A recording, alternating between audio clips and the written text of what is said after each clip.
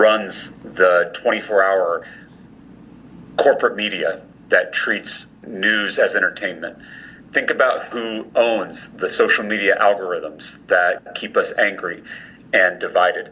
A handful of billionaires have redesigned our politics for their own profit. Us versus them, trolling, owning, name calling, winning at all costs. It's professional wrestling. And we all keep watching, we all keep scrolling, we all keep fighting, and they keep getting richer off of it. And these billionaires have literally transformed the way we talk to each other, the way we learn about the world. It's the reason you and your MAGA uncle, who you used to get along with just fine, now live in completely different realities. Politics shouldn't feel this way. Politics, in my opinion, is just another word for how we treat our neighbors. And we should treat each other so much better than this.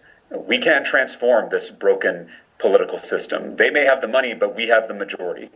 And so we have to come together across all these manufactured divisions, party, race, gender, religion.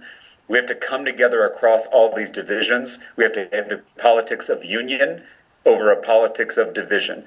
That is how we transform the system. That is how we save this American experiment. That's how we learn to love our neighbors again as ourselves. I really think that's possible. It's why I'm stepping up to run for this seat, to try to chart this different kind of politics, this politics of union, this politics of love. And again, this is beyond partisanship. This is really about bringing people together across the partisan spectrum, because I think that partisan spectrum is false. I think it is an illusion. I think we all have way much more in common than we realize, than what those billionaires want us to realize. And again, after I just talked about loving my enemy, I also think this is best for those billionaires. I'm not trying to demonize them, I'm trying to humanize them. And hoarding that much wealth and power is bad for those billionaires. And so I think the vision I'm articulating of a true democracy where we all have freedom and opportunity, where we can all learn to live despite our differences and disagreements, I think that will be better for those billionaires too, not just all of us.